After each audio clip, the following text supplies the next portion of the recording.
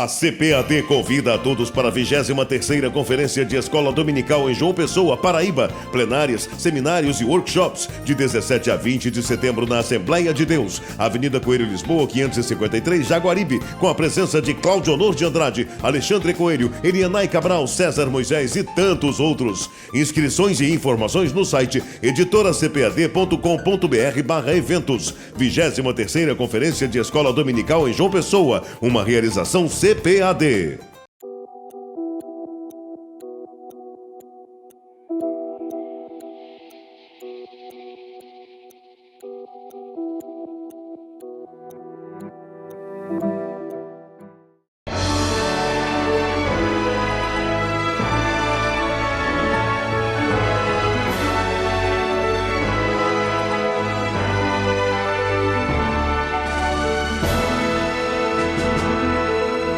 Subsídios.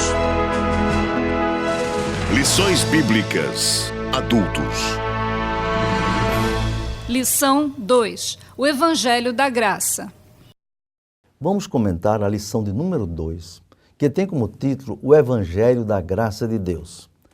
E como texto áureo, mas em nada tenho a minha vida por preciosa, contanto que cumpra com alegria a minha carreira e o ministério que recebi do Senhor Jesus para dar testemunho do Evangelho da graça de Deus. Atos 20 e 24.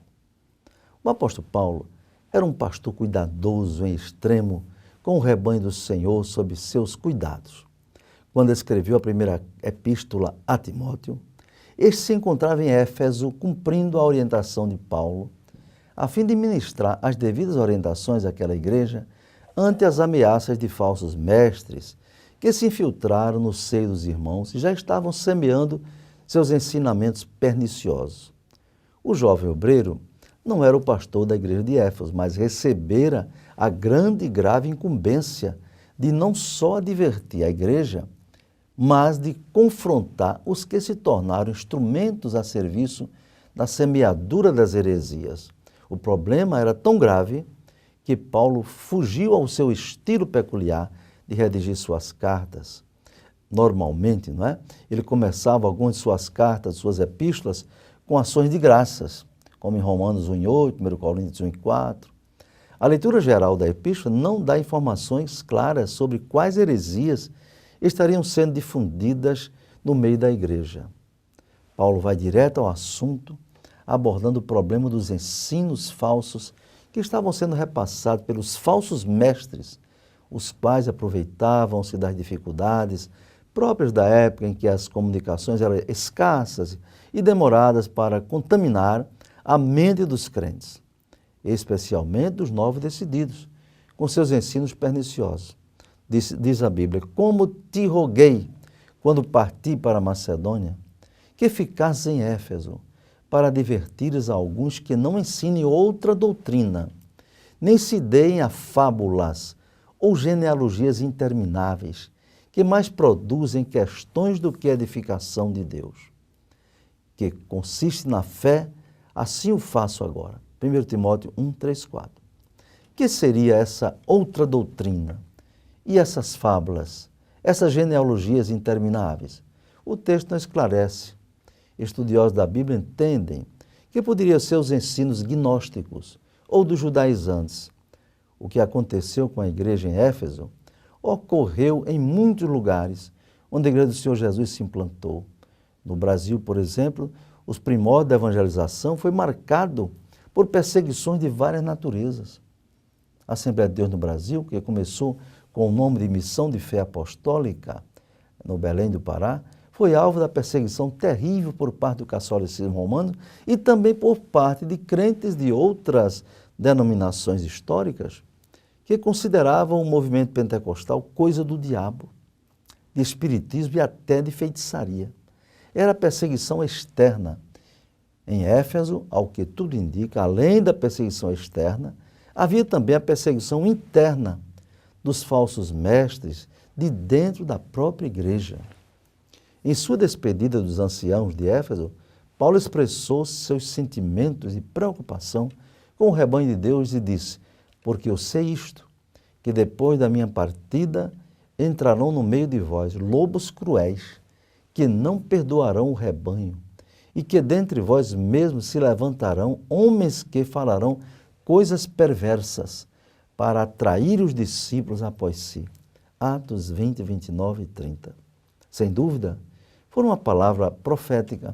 7 anos depois, Paulo estava deixando Timóteo em Éfeso para fazer face aos lobos cruéis que queriam devorar o rebanho sob seus cuidados pastorais. Ele não imaginaria nunca que sua palavra profética teria cumprimento não apenas na igreja de Éfeso, mas em muitas igrejas cristãs no mundo.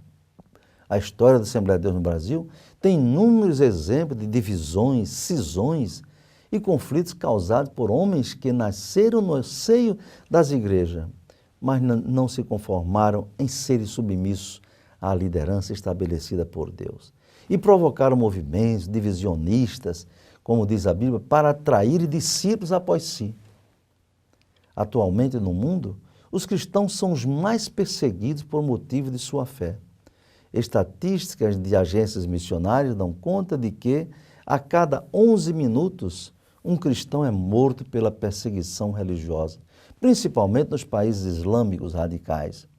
Outro tipo de perseguição de caráter institucional, existem as leis injustas e discriminatórias que provocam restrições e até prisões de evangélicos que proclamam sua fé na palavra de Deus. Mas Jesus, o Criador, fundador e Senhor da igreja, assegurou: pois também eu te digo que tu és Pedro, e sobre esta pedra edificarei a minha igreja, e as portas do inferno não prevalecerão contra ela. Mateus 16, 18. Nesta lição, Paulo mostra que as falsas doutrinas corrompem o evangelho da graça e reforça o ensino sobre as falsas doutrinas, dizendo assim: como te roguei a Timóteo, quando parti para Macedônia, que ficasse em Éfeso, para advertires alguns que não ensinem outra doutrina. Nos dias presentes, há casos em que pregadores sensacionalistas ensinam outras doutrinas sem respaldo na palavra de Deus. É de grande valor nesta lição o que Paulo ensina sobre a lei e a quem ela se destina. E mostra que a lei foi feita para os transgressores, para os ímpios, para os criminosos, para os devassos, para os impuros. Num segundo ponto, Paulo demonstra que a graça superabundou a fé e o amor. O cristianismo é a expressão do amor de Deus em Cristo Jesus, que alcança o homem no mais baixo nível de pecado e o faz uma nova criatura, conforme 2 Coríntios 5,17. E mais ainda, o faz parte da família de Deus, como está escrito em Efésios 2,19.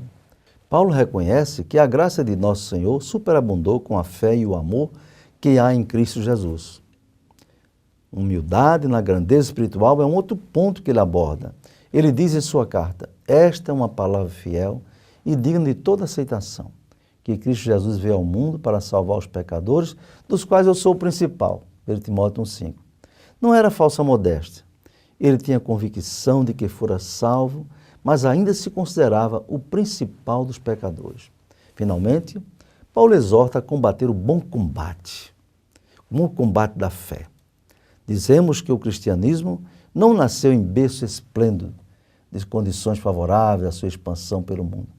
Pelo contrário, nasceu debaixo de perseguição e confronto com as heresias e ensinos desvirtuados. Na consolidação de igrejas abertas em suas viagens missionárias, Paulo teve que oferecer resistência e ação decidida contra os lobos vorazes que haveriam de surgir até mesmo no seio das igrejas. Como no caso da igreja de Éfeso, com a graça de Deus e o apoio de homens fiéis, como Timóteo e Tito, o apóstolo fez frente aos falsos mestres que se levantaram para prejudicar o trabalho iniciado e desenvolvido em muitas igrejas. Na primeira epístola a Timóteo, Paulo designou o jovem obreiro para pastorear a igreja em Éfeso, para conter a maré de heresias diversas, dentre as quais o gnosticismo e o judaísmo. Nos dias atuais, há muitas heresias infiltrando-se nas igrejas ou surgindo no seio delas. Os líderes do povo de Deus precisam agir com sabedoria, graça e firmeza contra essas ameaças reais que que acontece nas igrejas. Que Deus abençoe a todos e tenha um bom proveito no ensino desta lição. CPAD, 75 anos. A editora da Escola Dominical.